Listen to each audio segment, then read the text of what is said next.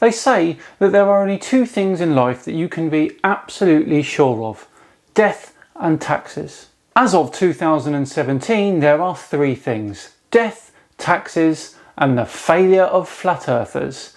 This is Flat Earth Fail Compilation 12.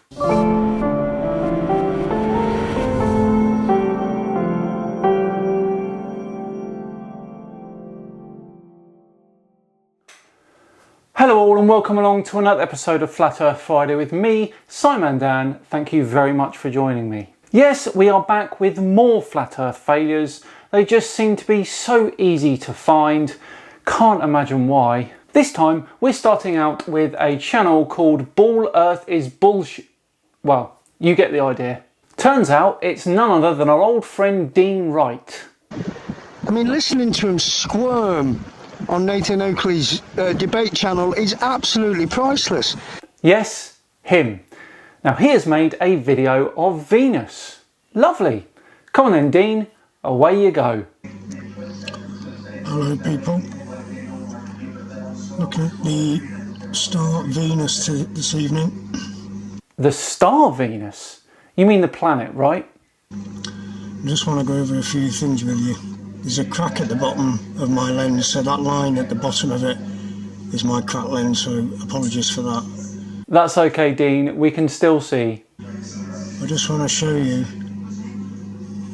this is supposed to be Venus. I mean, look at this.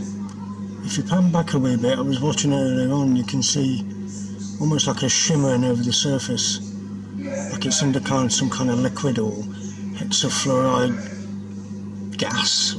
A P900 is not designed to look at planets, but if you insist on using one, Dean, then please do try and focus it properly. It would help a great deal. Thank you. Which a lot of people think it is. See that shimmering over the surface?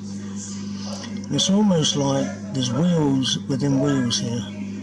You can see the centre here, and then these circular lines going outwards that radiate out. And it's like a ball of energy, or light, or some kind of sonoluminescence. Or a planet out of focus. This definitely ain't what NASA shows us, is it? I know the critics will say, you're not zoomed in properly and this and that and the other, but this is so far removed from what we're shown in all the NASA images of the so-called planets and so-called stars, which we all know is bullshit. Yes, it's so far removed because NASA use huge telescopes with good resolution. You are using an out-of-focus P900. What these really are, who knows? But they're definitely not what NASA shows us. Like I said, I'll just zoom in here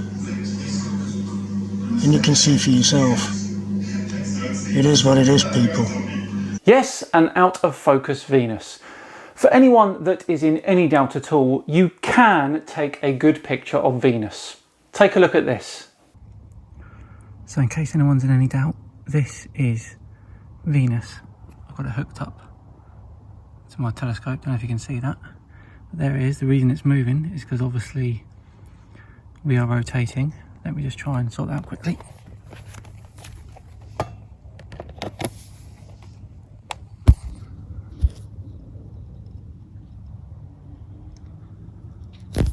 There we go.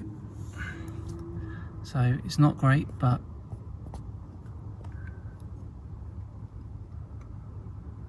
there we go. And we know there's nothing going on with the webcam because when I tap the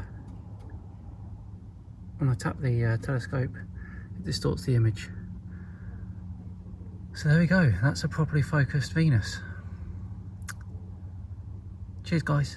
If you like that and want to see more of me and my telescope, just let me know in the comments. Right, on to our next one, and we're going to stick with the theme of planets. Digital Mobile Posts is a channel with 360,000 subscribers. I cannot for the life of me understand why, because they make videos like this. Okay, it's 7:37 a.m. May 15th, 2020, and here we've got the moon. It's quite a bit smaller than the other moon, but it's in the general vicinity of Neptune. The other moon? of Neptune. So the sun is over here, and so yes, it makes sense that the sun is shining directly on it, but it's so much smaller. It actually has me wondering if it's Neptune. Sorry, what? Neptune? As a luminary in the sky. Because it makes sense that Neptune is supposed to be further away. And so look how much smaller it is. And everyone always asks, how come the Earth is, or the moon is so much smaller in some places? No, it's not smaller in some places, and no, it's not Neptune. Yes, Neptune is far away. So far away, in fact, that you can't even see it with the naked eye, even on the darkest night of the year. Wow, I mean seriously. Let's move on quickly before our brains melt. Okay, on to our next one, and this one comes from an old channel foe called Daniel Pratt. Now he's got something to say about meteors. Should be interesting. Alright, taking a break between the front yard and backyard. Mowing the lawn. And what a way to spend that break. I was thinking about these meteor showers I'm hearing so much about this week. We're supposed to see all these Halley's Comet meteor showers. Stop talking about Halley's Comet. Bloody hell. Y'all realize that meteor showers, asteroids, falling stars, do you know why they're called falling stars? I do. Every flat earther does. Because if this is your horizon, they are always coming down. Incorrect. Meteor showers always have a radiant point. And the Eta Aquarids is in surprisingly the constellation of Aquarius. Meteors can go in any direction, usually radiating from this point.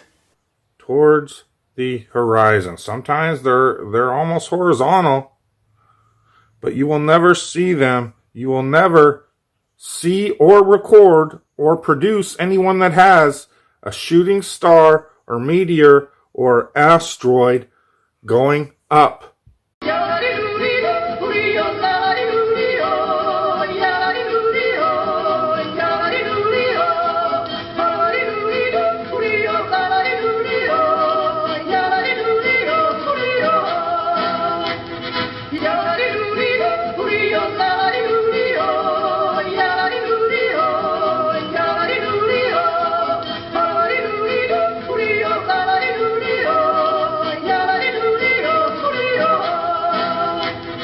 Well, that dealt with that claim pretty nicely, didn't it?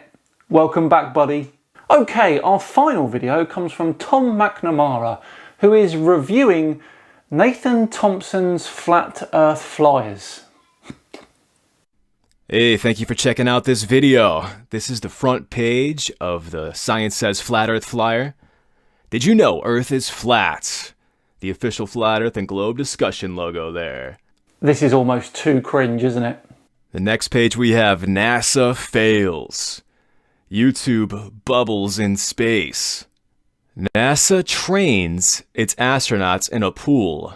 Coincidentally, in many NASA spacewalk videos, bubbles are visible moving through space. Drain the pool, NASA!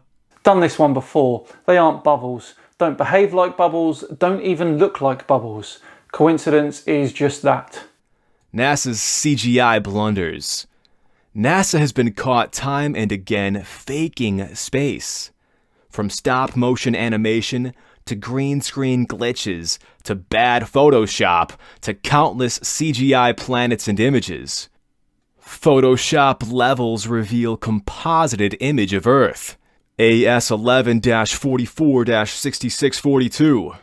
Footage shows Neil Armstrong and crew discussing how to fake the famous view of Earth using the shape of the window.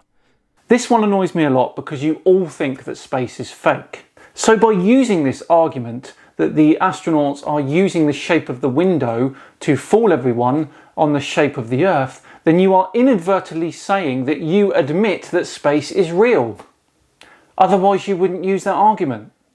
NASA's budget, $56 million a day. Seems he can't even read properly either. And all we get is a lot of CGI. NASA is really bad at faking it. All we have to do is be willing to investigate and admit we were conned. Nobody in human history, as far as I know, has thought the world was flat, says Brian Cox. The Hebrews, the Norse, the Hindu, the Mayan, the Inca, the Navajo, the Egyptian. NASA doesn't seem to align. Right, so people that had no technology to understand the world that we live in versus the current day where people have actually seen the Earth with their own eyes. Right, gotcha. Next page we have top 10 flat Earth proofs. Number 1, water is a natural level. No curvature is ever detected over bodies of water. All liquids, when undisturbed, are flawlessly flat. So, it just proves that the local area you are in appears flat, which is quite normal when you're on a globe the size of the one that we're on. Number 2, airplane level flights. The FAA assumes a flat Earth when training pilots using their target generation facility. An airplane traveling 500 miles per hour would have to compensate for a drop of 2,777 feet every minute to maintain cruising altitude and not fly off into space. The Earth isn't the size of a watermelon. Next. Number 3, science says it's stationary. Every scientific experiment has proven Earth is completely stationary. The sun, moon, and stars move around polar center above us. Research the North Star, Michelson-Morley, the Sagnac experiment, and Airy's failure. Yes, research those and see countless people misunderstanding them. Good one. And the next page we have number 4. Horizon is always eye level. Not only is the horizon always flat to the observer, but it rises to eye level. High-altitude amateur balloon footage without a fisheye or GoPro lens always shows a flat Earth. I think you'll find that the horizon doesn't always rise to eye level.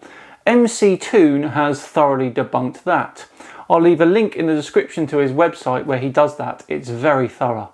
Where's the curve? Amateur balloon footage. Number 5. We see too far. Mount Canigou in France is seen 175 miles away.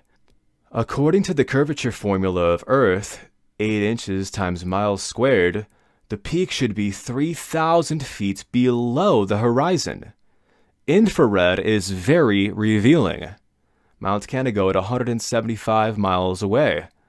And we have Mount San Jacinto at 123 miles away. Debunked both those in the past before. Also, 8 inches per mile squared works okay for small distances, but if you actually plot that, it ends up looking like a parabola, not a sphere, so it doesn't work very well at all for long distances. Number 6, the dome is real. Okay, I've had enough. I'm going to give this one a chance next, but if it flops, then we're out of here. There are lots of proofs we live under a dome. Sundogs, halos, rainbows, and star trails all prove this. Nope, a load of rubbish as usual. Right, that brings an end to Flat Earth Fail Compilation 12. Compilation 13 is already in the works. The Flat Earthers are in overdrive. I think they can feel that the end is near. Thanks very much for watching today. If you enjoyed it, then please do like and subscribe. It'd be thoroughly appreciated. I've been Simon Dan. Have yourselves a great weekend, and I'll see you all on Tuesday, where, believe it or not, Earth isn't even a planet anymore. See you then.